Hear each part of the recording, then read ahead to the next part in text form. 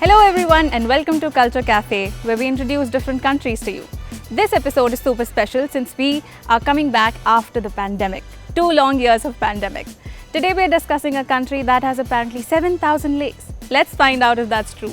Please welcome Roman Wixinger from Switzerland. Hi Roman, how are you? Thank you so much, Payal, for hosting me on this show. Of course, so happy to have you with us. Now, I'll ask you my first question that I'm really excited to know more about. The campus has been shut for the past 2 years because of the pandemic. You are experiencing it in person. How does it feel like? Oh, it feels unreal. Coming back to interact with students and professionals in person is unreal after doing everything online for 2 years. Shall we take a quick tour of the campus? Oh yeah, sure. Let's go for it. Let's go.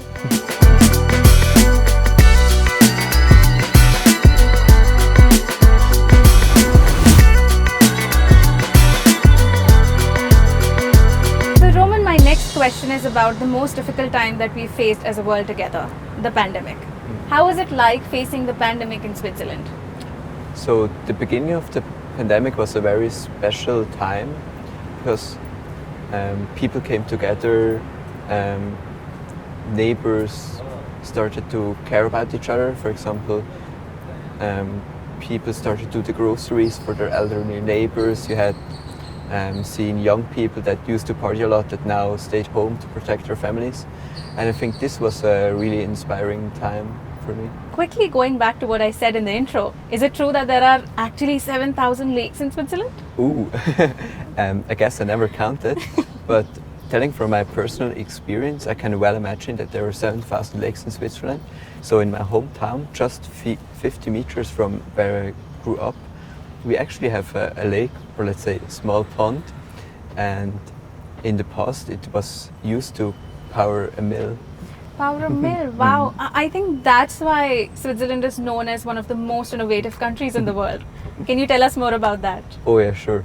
I think there are 2 main reasons that contribute to the innovative power of Switzerland.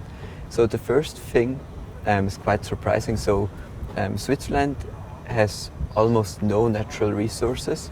So in the past it used to be one of the poorest countries in Europe. This led the people through the insight that they have to focus on research, on research intensive products like watches or pharmaceuticals, and this really helped Switzerland. And the second thing is the unique school system in Switzerland. So after the 9th grade, you can decide if you want to do another 3 years in high school and then go to university, or you can also start doing a 3 to 4 years apprenticeship and actually get trained on the job. So you have this combination of on-the-job experience and going to a specialized school, and afterwards you're really a highly qualified worker. And if you want, you can still go to a university. That is so interesting. Thank you for sharing so much. Thank you.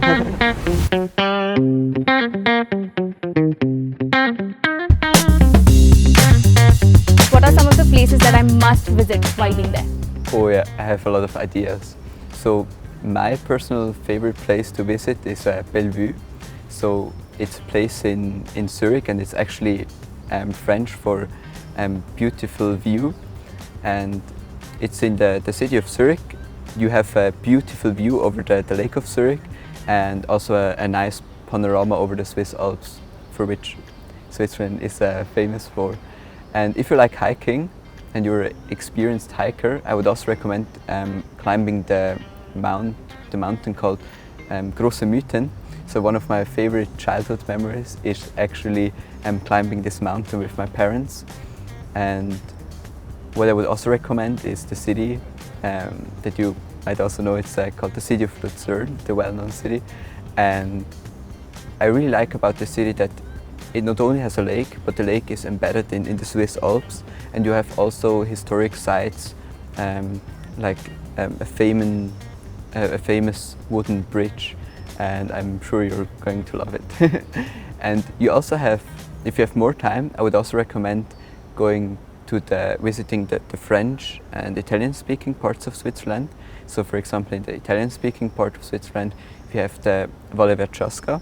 So it's a valley with a beautiful small river you have these big stones around the river, and there are some historical ponds made out of stone that people just love to as a photo sujet. That sounds beautiful. I can't wait to go and visit all these places. Now, you've been in India for quite some time now. You must have noticed that we love celebrating festivals, right? What are some of the most celebrated festivals in Switzerland? Oh yeah, we have a lot of festivals throughout the year. In the beginning of the year we start in February. So the city of Basel actually celebrates the carnival. So the local communities dress up with these scary looking costumes to scare off the evil spirits. And then when it actually gets warmer, so in summer, we have a variety of festivals like music festivals, also film festivals, and even agricultural festivals like Ulma. And I personally love festivals, and especially food festivals, so we have a lot of them, so this is also really cool. Now I want to know something about Swiss watches. Can you tell me something about that? Oh yeah, sure. So yeah, I don't have my Swiss watch here, so I cannot show you. But the Swiss watchmaking industry is actually quite big in the French-speaking part, and I think this goes along with the fact that Swiss people are really punctual. So if you visit Switzerland and you're invited to a Swiss household and they invite you to be there for dinner at 7, then you can really be there at 7. For all the foodies watching our show, Oh. can you tell me something about the delicious food of Switzerland? Oh yeah, sure. So in Switzerland we love to share our food. So I think one of the most famous dishes is called fondue. So it's basically a pot, a big pot with molten cheese, and then 2 to 4 people take the same pot, and then they use a fork to put small pieces of bread into this pot, and then they can directly eat it. And maybe it may sound a little bit unappealing to you. I can understand, but people are used to it, so that's okay. And then we have also other dishes with cheese, like raclette. There you have your own plate. You eat it with potato. Maybe you can guess the next one. It's mac and cheese. It's called Elfermakronen, and it's basically pasta with cheese. But if you don't like cheese, we also got you covered. So we have a lot of international communities in Switzerland, so you have a variety of food.